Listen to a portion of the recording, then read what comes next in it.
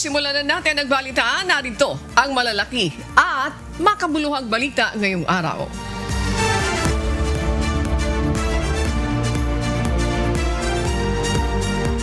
Inuligsa ni House Infrastructure Committee Chairperson at Bicol Saro Party List Representative Terry Ridon si Batangas 1st District Representative Leandro Ligarda Leviste dahil sa mga aligasyon nito laban sa kanya. Tungkol ito sa umano'y insertion sa 2025 national budget, gayong hindi ito kongresista noong nakalipas na kongreso. Dapat umanong managot si Representative Leviste sa umano'y maling paratang at malinaw na pagsisinungaling nito ng akusahan si Representative Ridon na may insertions o isiningit sa 2025 national budget. Hindi pa kongresista si Ridon noong 19th Congress nang aprubahan ang pambansang pondo taong 2024. Kaya naniniwala ang Bicol Saro Party List Representative maaari maging batayan para ireklamo ang neophyte lawmaker sa ethics panel o sa korte dahil sa anya ay pagsisinungaling nito.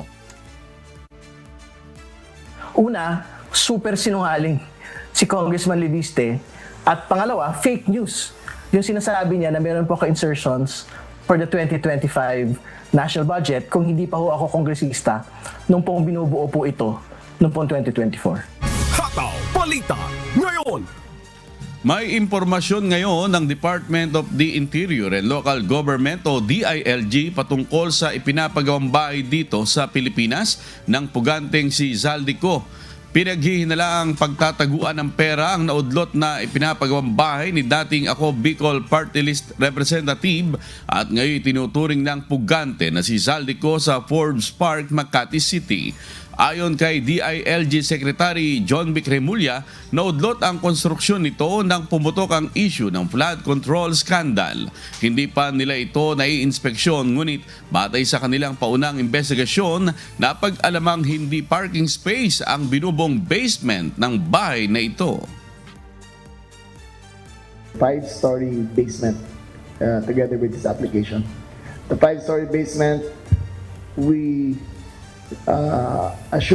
always assume that it is for parking, but it is to our knowledge that it was going to be used for storage of money because fire goes upwards. So they put the money below in the lowest point of the house so that it won't be handled there as a fire. Hataw Balita ngayon!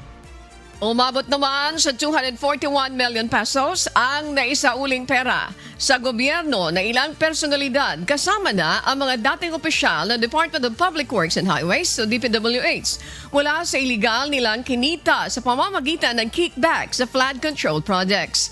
Pinakahuli rito ay ang public contractor na si Sally Santos na nagsauli noong Lunes ng karagdagang 15 million pesos. Ayon sa Department of Justice o DOJ, inaasang patuloy ang pagsasauli ng pera ng mga personalidad, partikular na isinasangkot sa maanumalyang proyekto ng flood control. Nilinaw naman ng DOJ, hindi garantiya na dahil nagsauli ng pera ay ligtas na sa pananagutang kriminal o posibleng kaso na kahaharapin. Hataw Balita ngayon! Na-recover ng National Bureau of Investigation o NBI sa hotel room sa Baguio City nang yumaong si dating Public Works and Highways o DPWH Undersecretary Catalina Cabral ang kutsilyo at mga gamot. Ayon kay Philippine National Police Acting Chief Police Lieutenant General Jose Melencio Nartates Jr., sumasailalim na sa pagsisiyasat kung ano ang kaugnayan ng mga ito kay Cabral. Dagdag pa ng PNP Chief nang sumailalim ang labi ni Cabral sa autopsy, isa sa tinitingnan nila ay kung ginamit ito ang mga gamot na kanilang natagpuan. Ayon sa mga otoridad, ito'y upang malaman o kung sino ang mga nakausap nitong individual o kung mayroon ba itong natanggap na threat sa kanyang buhay bago tuluyang mamayapa.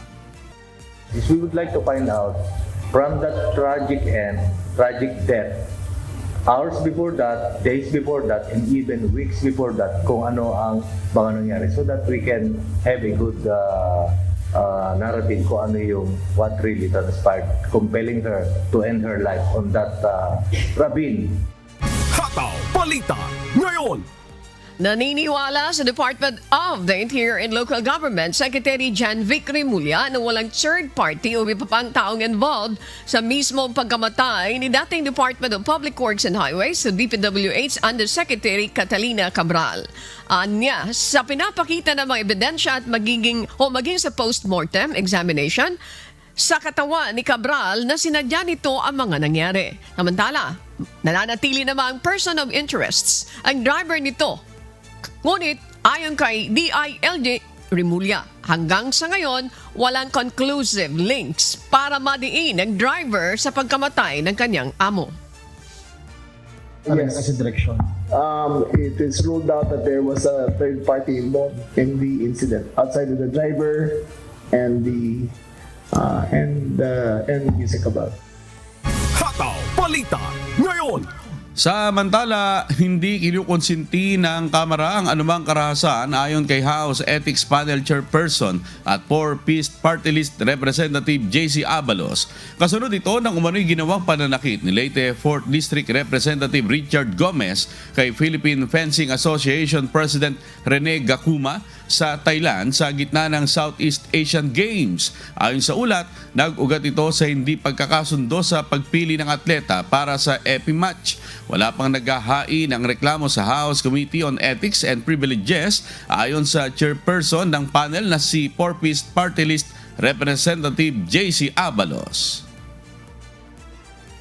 Hindi kinukonsente ng House of Representatives ang anumang uri ng karahasan o pananakit laban kanino man dahil ang ganitong asal po ay hindi sumasalamin at sumasang-ayon sa pamantayan na inaasahan po natin mula sa ating mga public officials. Hataw Balita ngayon.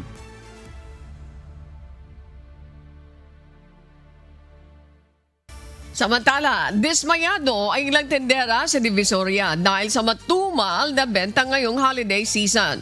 Kapag ganitong holiday season, anila inaasahan na lalo pa sanang lalakas ang kanilang kita. Subalit, kabaligtaran ang kasalukuyang nararanasan nila.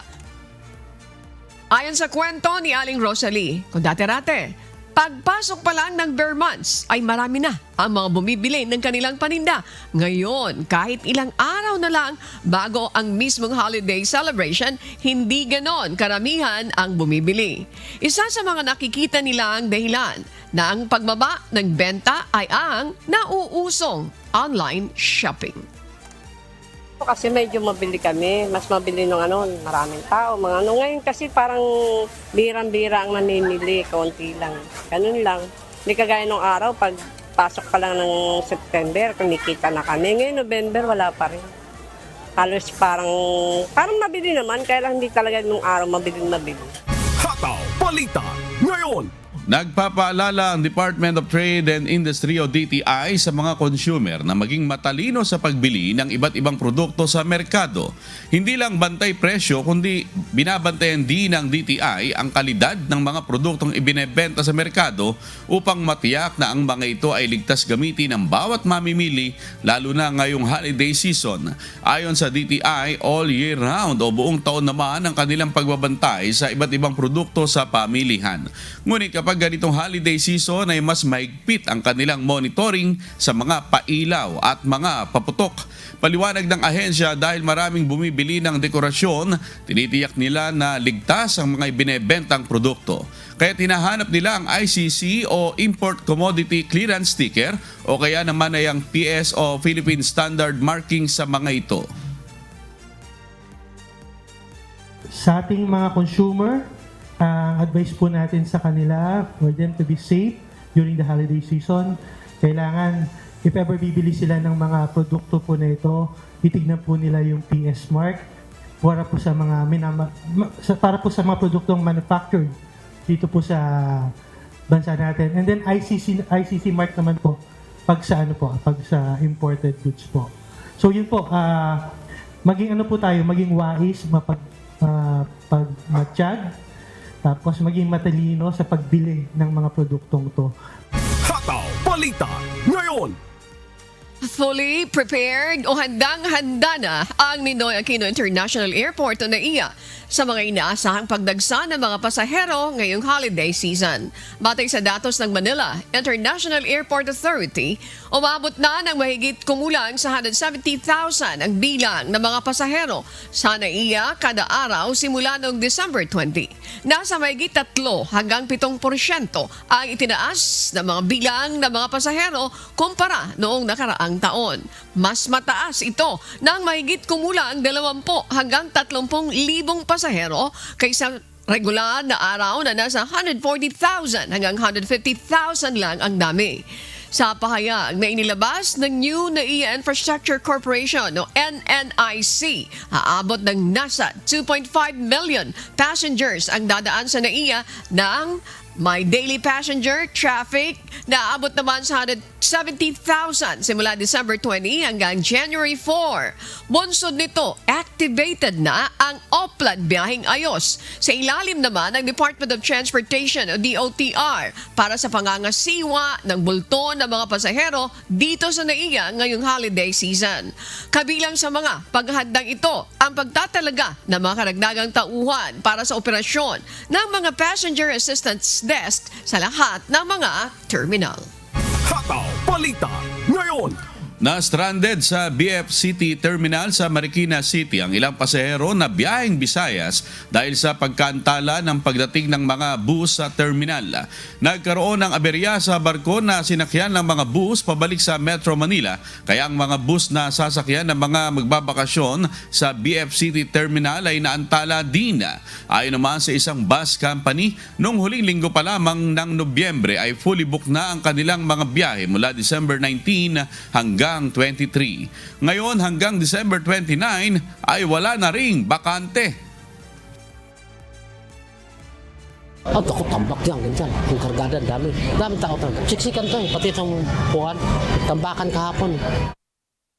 Sa sobrang dami ng panakay ng barko, hindi na kaya kaya nga na-delete yun. Na-delete sila. Nakasakay kasi sa Tugo yun. Na-delete namin yung sakay ng Tugo ng alas 11, alas 2 na lumabas. Umalis ang Tugo doon, galing ng Katiklan. Kaya nga na-delete sila. Dapat sana umalis dapat ang schedule ng Tugo. Maaga yun, mga alas 2 yun sa umaga doon. Alauna na lumabas doon.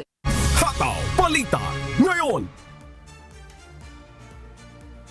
Lalo pang nadagdagan ang mga bumabiyahe sa Parañaque Integrated Terminal Exchange o PITX habang papalapit ng holiday rush.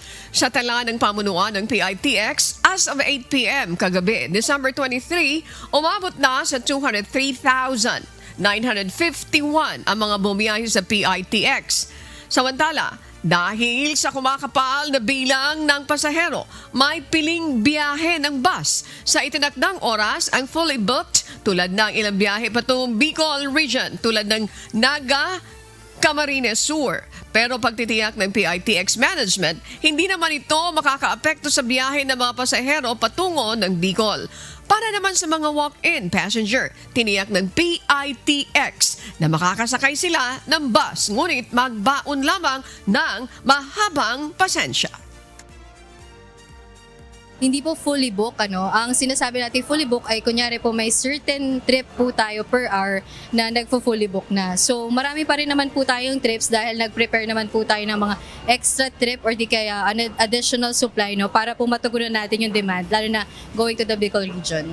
Hataw Balita ngayon. Ramdam na ang mabigat na trapiko at usad pagong na daloy ng mga sasakyan sa RFID at cash lanes ng Balintawak Toll Plaza.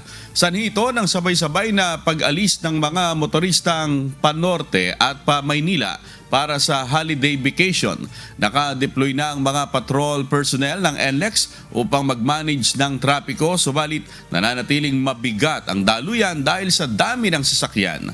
Ilang motorista gaya na Jason Salonga na papuntang Pampanga at Michael Dihosan na biyahe naman sa Nueva Vizcaya ay nagparehistro at nagpa-load sa 1 RFID upang makaiwas sa mahabang pila sa cash lane.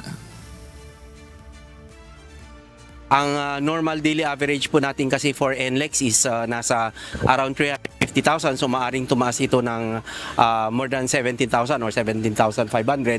Ang ECTEX naman nasa 80,000, so maaring tumaas ito ng 4,000. Pero syempre yung ating mga peak hours, maaring talagang mas lampas po talaga doon sa 5% dahil yung maghapon naman po meron ding lean hours tayo. Para po makiwas, sobrang haba kasi ng pila ng cash eh. So sinabi po nung sa kasama ko, paano na kami ng RFID para hindi na kami maano sa pila ng lalo pag pauwi kami ng Manila. Ang haba ng traffic niya sigurado. Sa cash, yung pila ng cash.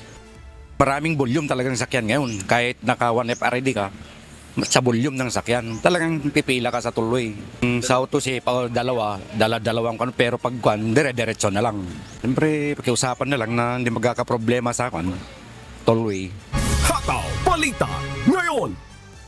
Mahigpit na pinapaalala ng Davao City Police Office sa mga Davaoenyo na ipinagbabawal pa rin sa lungsod ng Davao ang paggamit ng paputok. Bunsod sa karaniwang firecrackers, bawal din sa Davao ang anumang uri ng improvised explosive devices. Ang sino mang mahuling lalabag sa ordinansa ay papatawa ng multa, posibleng makulong at maaring maharap sa mga kasong kriminal. Dahil dito, pinaigting ng DCPO ang pagpapatrolya sa buong lungsod upang bantayan at agad hulihin ang mga lalabag sa firecracker ban. Ayon sa DCPO, no mercy ang ipatutupad laban sa mga mahuhuli. Ibig sabihin, walang areglo o settlement sa sinumang lalabag. Since na-enjoy ni nato nga walay paboto diri sa ato ang siyudad sa Davao, ang gusto sa ato ang City Director is ma-sustain nga walay mga disgrasya. Other than that days nga wala gyud ma-record nga ma-injured no and makuha nato ang zero incident.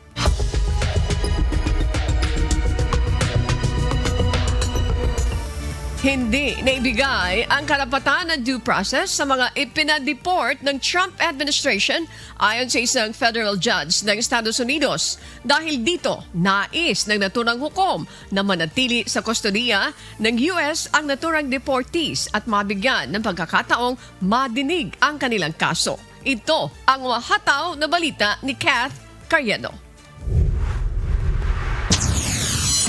Due process, ito ang isa sa mga karapatan ng mga taga-Venezuela na idineport sa El Salvador na hindi umano naibigay ng Administrasyong Trump.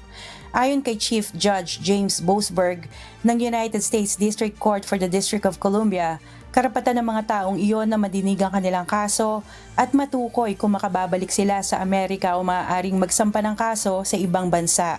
Sinabi ni Boasberg na mananatili ang kustodiya ng Estados Unidos sa mga taong nakulong sa El Salvador at ang korte pa rin na magtatakda sa kahihinatnan ng grupo. Binigyan ng korte hanggang January 5 ang pamahalaan upang pabalikin sila sa US o di kaya'y mabigyan ng pagkakataon na magkaroon ng hearing. Inaasahan namang aapela ang Administrasyong Trump hinggil dito. Naniniwala ang American Civil Liberties Union and Democracy Forward na iligal ang paggamit ng kasalukuyang administrasyon sa Alien Enemies Act at dapat sana'y binigyan ng pagkakataong ipagtanggol ng mga deportee ang kanilang kaso. Ang kasong ito ay nagbigay daan para masiyasat ang immigration policy ng Trump administration. Matatandaang nauna ng sinabi ni Boasberg na maaaring makasuhan ng criminal contempt ang administrasyong Trump dahil sa paglabag nito sa kanyang kautusan na ipatigil ang pag-alis ng mga eroplano kung saan lulan ang Venezuelan deportees. Kasalukuyan namang nakahinto ang kaso sa appeals court. Kath Carriedo, humahataw sa balita ngayon. Matapos ang ilang buwang negosyo, nagkaroon na ng pansamantalang kasunduan ng Canada Post at Postal Workers Union sa mga bagong kontrata. Inaasahang magkakaroon na ng katapusan ng matagalang labor dispute sa pagitan ng Workers Union at Canada's National Postal Service. Mula sa Toronto, Canada, may humahataw na balita si Orlin Quijano live. Orlin, gaano katagal bago nagkaroon ng tentative agreement sa pagitan ng Canada Post at Workers Union?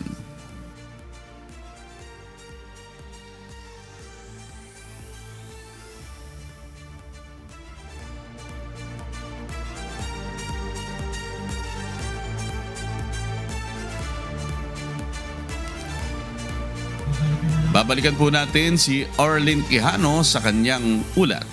Hataw Balita ngayon.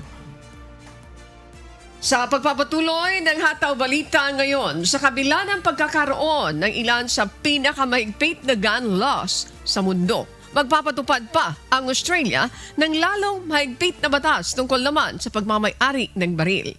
Determinado si Prime Minister Anthony Albanese na bawasan ang baril na kasalukuyang may permiso sa bansa. Ito ang umahataw na balita ni Danny De Lieva. Matapos makiramay sa Jewish community dahil sa Bondi Beach shooting noong December 14, 2025, aminado si Prime Minister Anthony Albanese na mas maraming baril ang naglipa na sa lipunan sa Australia kaysa talagang kailangan. The fact there are more guns in Australia today than there were at the time of the Port Arthur massacre is of real concern to Australians. My government is determined to address these issues with unity and urgency, not with division and delay.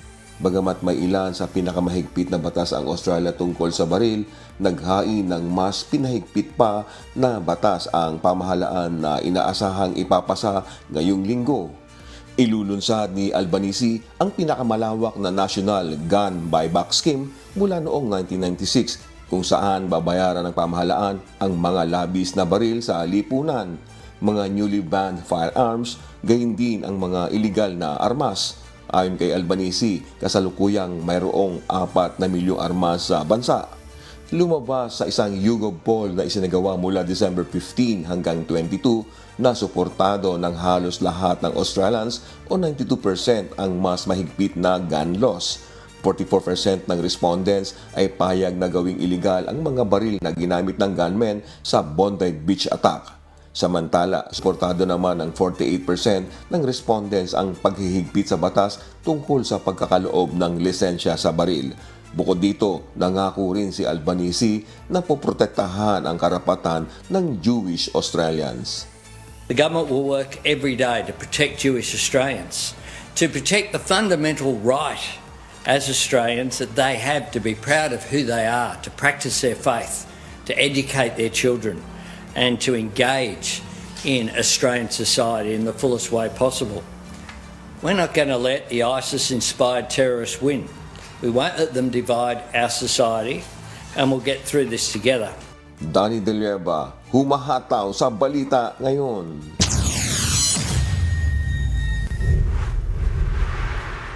Samantala, balikan po natin ang ulat ni Orlin Quijano mula sa Toronto, Canada.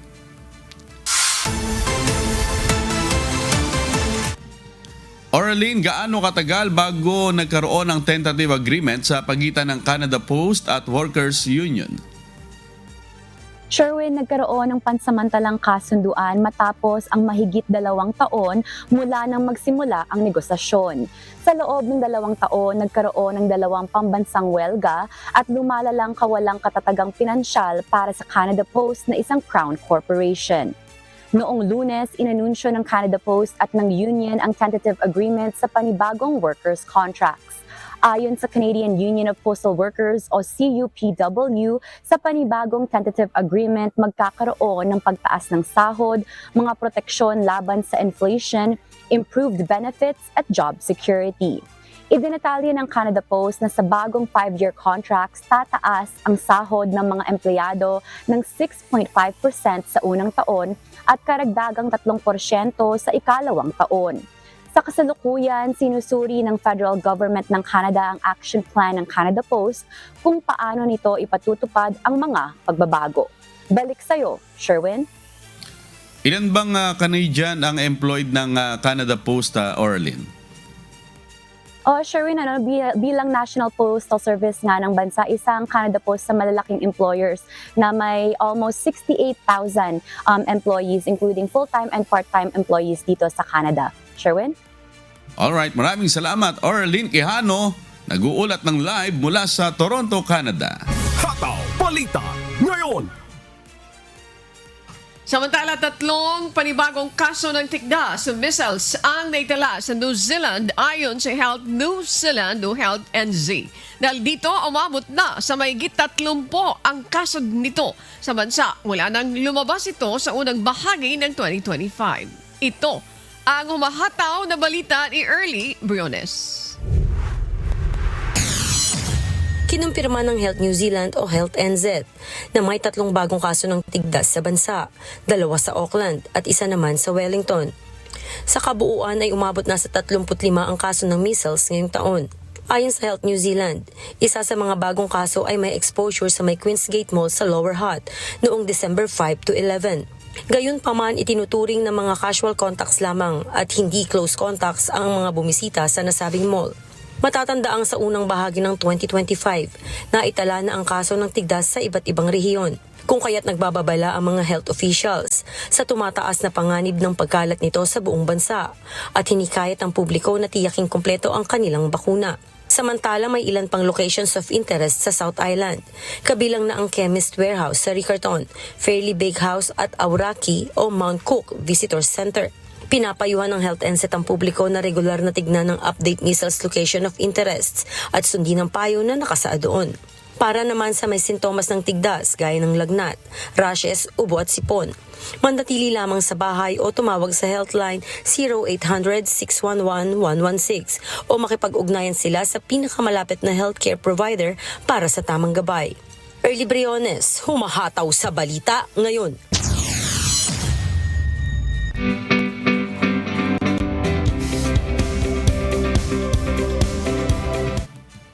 Magkakaroon ng online seminar hinggil sa importing ng Philippine food sa Canada sa January 21.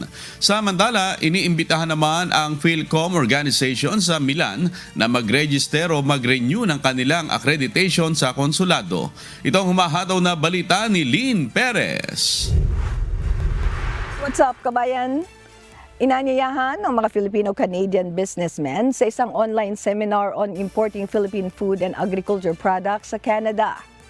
Gaganapin ito sa January 21, alas 8 ng gabi Toronto time. Limitado lamang ang slots kaya't mag-register na sa pamamagitan ng pag-scan sa QR code na matatagpuan sa official Facebook page ng Philippine Consulate General sa Toronto sa facebook.com/PH in Toronto. Samantala, iniimbitahan naman ng Philippine Consulate sa Milan ng mga Filipino Community Organization sa Northern Italy na mag-register o mag-renew ng kanilang accreditation. Maaaring makitang links at requirements na kailangang isumite sa official Facebook page ng konsulado sa facebook.com/PHLinMilan. Naglabas naman ng listahan ng bagong batch ng available e-passport for release sa Philippine Embassy sa Brunei. Maaari i-claim ang inyong mga passports mula Lunes hanggang Biyernes alas 8 ng umaga hanggang alas 5 ng hapon. Huwag kalimutang dalhin ang inyong lumang passport at resibo sa araw ng release ng inyong mga passports. At para sa listahan ng bagong batch ng e-passports, bumisita lamang sa official Facebook page ng Embahada sa facebook.com/PHinBrunei. Lynn Perez, sumahataw sa balita ngayon.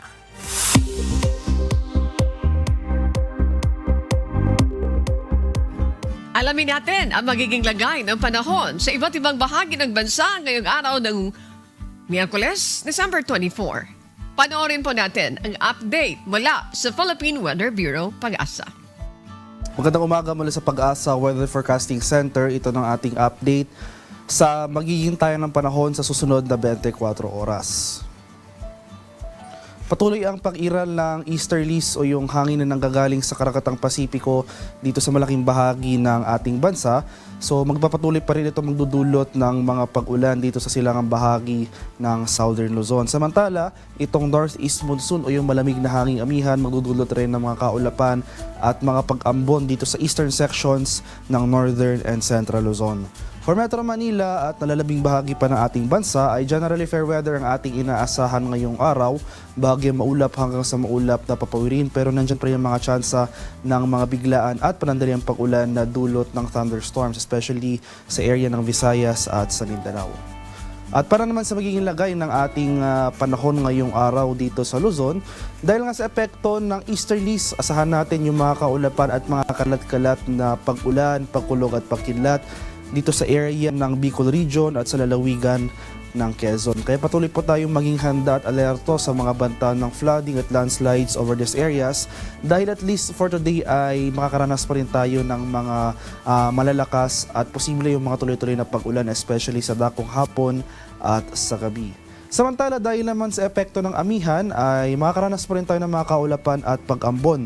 Yung mga pag-ulan na ito ay mahihina lamang. So, mahina yung mga pag-ulan na ito as compared sa mga pag-ulan sa mga nakaraang araw. So, cloudy skies with light rains ang ating mararanasan sa area ng Cagayan, Isabela at sa May Aurora.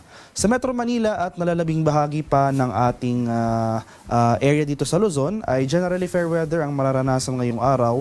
Magdala pa rin tayo ng payong dahil nandyan pa rin yung mga tsansa ng mga usual afternoon to evening na mga rain showers or thunderstorms, especially sa mga rehiyon ng Calabarzon, including Metro Manila, pati na rin dito sa area ng Mimaropa. Sa bahagi naman ng Palawan, Visayas at sa Mindanao, so mababawasan yung mga pag-ulan na dulot ng easterlies dito sa silangang bahagi ng Visayas at sa Mindanao. So for today, over these forecast areas, Palawan, Visayas at Mindanao, asahan natin itong generally maaliwalas sa panahon pero hindi nangangahulugang wala na tayong pag-ulang mararanasan. Nandiyan pa rin yung mga biglaan at panandaliang pag-ulan na dulot ng localized thunderstorm. So agwat ang temperatura for Kalayaan Islands ngayong araw, posibleng umabot ng 26 to 30 degrees Celsius. 26 to 30 degrees naman dito sa area ng Puerto Princesa. Agwat ang temperatura sa Iloilo, 26 to 30 degrees Celsius. 26 to 30 degrees rin sa May Cebu at 25 to 31 degrees Celsius sa May Tacloban. Agwat ang temperatura for Cagayan de Oro sa ngayong araw, posibleng maglaro mula 25 to 31 degrees Celsius. 25 to 32 degrees naman sa area ng Davao at 24 to 33 degrees Celsius sa May Zamboanga. At napanood po natin ang update mula naman kay Pag-asang Weather Specialist Daniel James Villamil. Tandaan, sa bawat araw na ating nasisilayan, tayo'y magpasalamat sa Diyos na may lalang.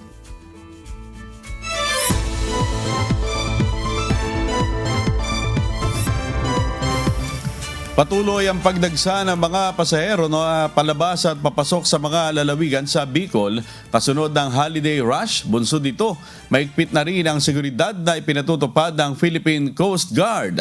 Itong humahataw na balita ni Jerry Galicia live.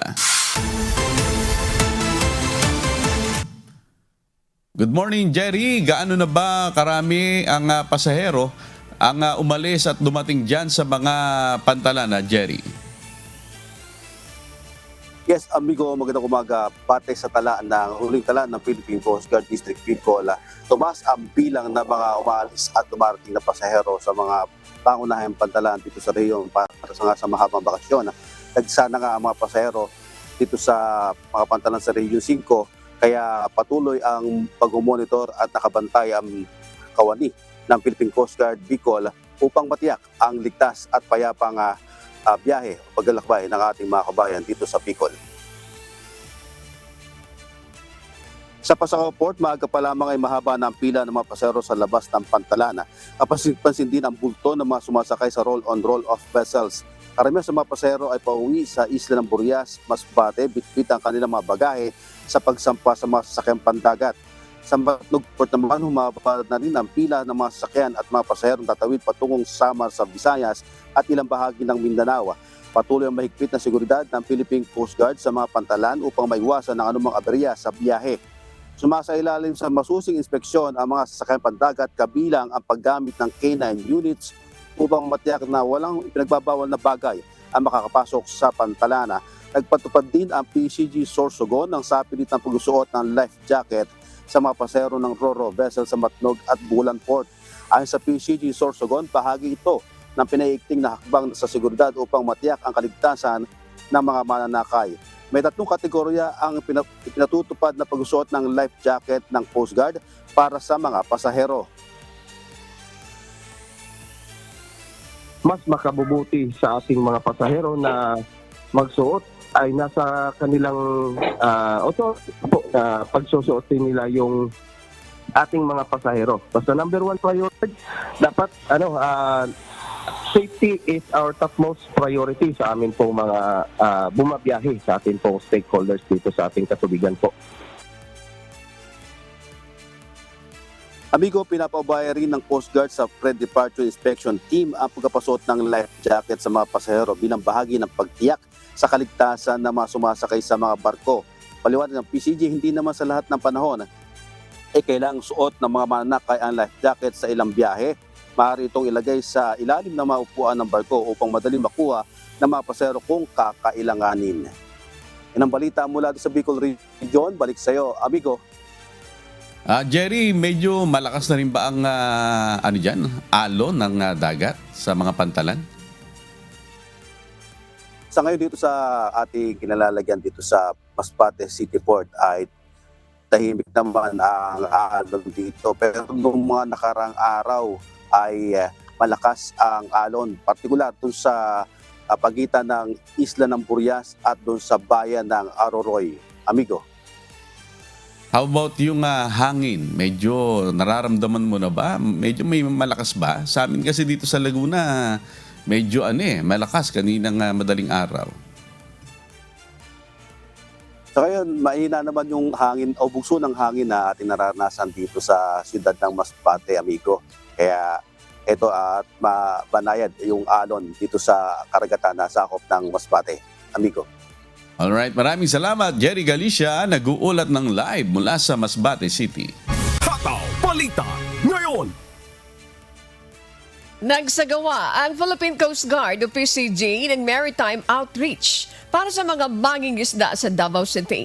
Isinagawa ng Philippine Coast Guard ang outreach activity para sa mga lokal na banging isda kahapon, December 23, ayon sa Coast Guard Station Davao. Layon na aktibidad na magpakita ng suporta sa fisher folks at palakasin ang ugnayan sa komunidad alinsunod sa PCG I-Care program. Kasabay nito, nagsagawa rin ang PCG ng sea trials para sa dalawang rigid hull inflatable boats o IBS na pag-aari naman ng pamahalang lungsod ng Davao upang masuri ang kahandaan at kaligtasan ng mga ito sa dagat. Sa pamamagitan ng mga aktibidad na ito, muling pinatibay ng PCG ang kanilang paninindigan sa seguridad, pangkomunidad at kaligtasan sa karagatan, alinsunod naman sa direktiba ni Pangulong Ferdinand Marcos Jr. Hataw Balita ngayon. Naglibot ang Department of Health o DOH Bicol sa mga malalaking ospital sa Albay upang tiyakin ang kahandaan sa pagdagsa ng mga pasyente sa pagpapalit ng taon at sa gitna ng mahabang bakasyon. Si Jerry Galicia, humahataw.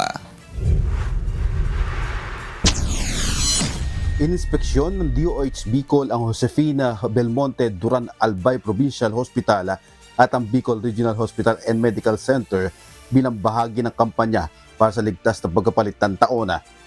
Personal na pinangunahan ni DOH Bicol OIC Regional Director Dr. Rosa Maria Rempilio ang hospital rounds upang suriin ang kahandaan ng mga pasilidad, medical staff at kagamitan sa posibleng pagdami ng mga pasyente.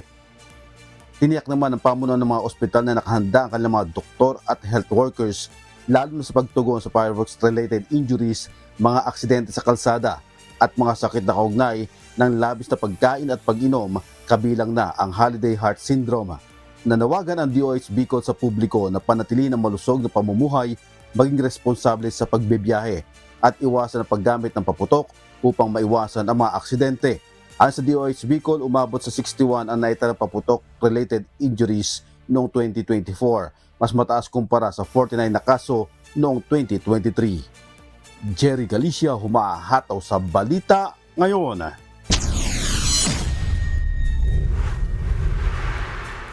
Naramdaman mo na rin ba, Ani, yung malamig at medyo may malakas na hangin? Well, so far parang hindi ko pa nararamdaman. Kayo po doon sa South? Oh, medyo malamig sa amin eh. Oh, kaya pagka maliligo, kailangan na magpainit ng tubig. I see. Sana maramdaman namin yan dyan, sa maramdaman naman namin yan diyan sa may PhilAm. Ano po?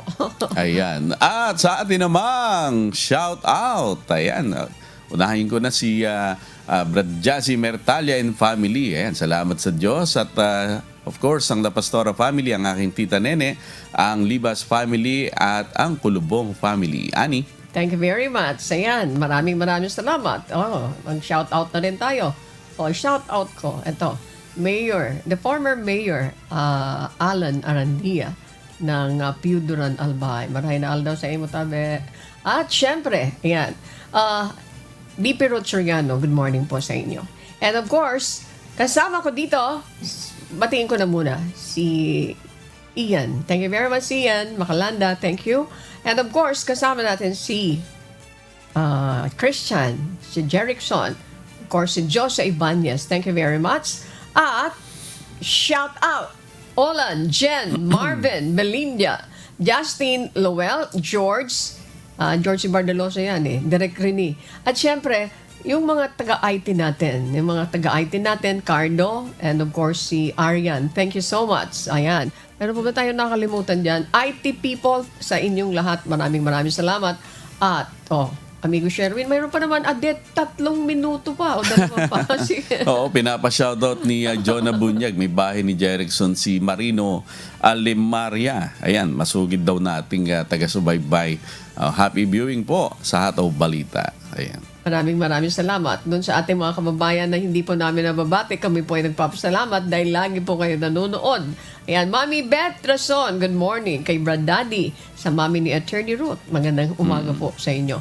And batiin ko rin kay Ambassador Robles. Thank you so much. Magandang umaga. Ayan, pagbati mula sa amin ni Brad Aga Kaakbay. Thank you very much. Ayan. Happy birthday kay Dr. Cabanilla. Happy birthday. Ito yung nanay ni Brad Fred Cabanilla. And of course, Brad Josel, magandang umaga po sa inyo. Ayan. Meron ka pang... habol ko si Elena Yang ng Sinpong Taiwan, tsaka si Emma Chikuhara ng Japan. Nagpunta dati dito sa studio, nung umuwi. At ayun. Good morning po. Maraming salamat. And Miss Jackie is always watching Hataw Balita. Magandang umaga, Miss Jackie Aquino. Mga kasambahay, of course, mga kasama natin sa social media department, sa traffic, kay La Flor, at Miss Grace Casin, of course, kay Brad B, kasama si Mon Hoxon. No more time, Okay na, sabi ni Adet. Ayan, at shoutout po sa ating mga taga-subaybay sa buong Pilipinas at sa iba't ibang panig ng mundo. Ganon din sa mga tagapakinig ng Hataw Balita ngayon sa Radyo La Verdad 1350. Patuloy po namin kayong inaanyayahan sa isinasagawang mass indoctrination ng MCGI. Day number 3 na po tayo mamayang alas 7 po ng gabi sa official MCGI social media accounts. Kabilang po ang MCGI channel, ang official YouTube channel ng Members Church of God International. Patuloy din po namin kayong inaanyayahan na makiisa sa Global Prayer for Humanity tuwing Lunes hanggang Biyernes alas 9:30 ng gabi. Ito po yung naka-stream ng live sa lahat ng MCGI social media accounts. Ang Global Prayer for Humanity ay bukas po sa lahat, anuman ang inyong relihiyon o lahi. Mga kasambahay, kung may mga storya pa rin po kayo na nais balikan sa Hataw Balita ngayon, pwede nyo po itong muling mapanood sa aming official social media account.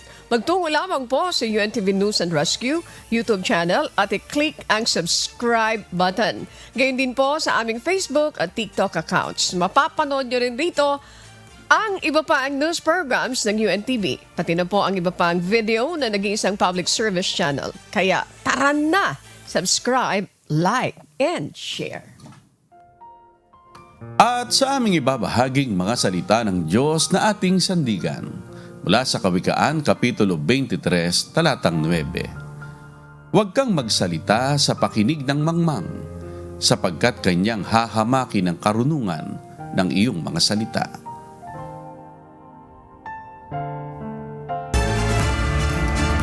Yan po ang mga humahataw na balita ngayong umaga ng Miyerkules, ika-24 sa buwan ng Disyembre 2025. Ako po ang inyong amigo, Sherwin Kulubong. Sa ngalan po ng lahat ng bumubuo ng UNTV News and Rescue. Ayan, nabati ko ba si Attorney Ruth Soriano? Attorney, good morning. UNTV Radio La Verdad 1350 at ang ating mga correspondent mula sa Pilipinas at sa iba't ibang panig ng mundo. Ako naman po, si Annie Renton. At dito sa UNTV at UNTV Radio La Verdad 1350, Diyos ang aming sandigan. Serbisyo publiko ang aming pinahahalagahan. Susunod na po ang Good Morning Kuya. Salamat po sa Diyos at magandang umaga.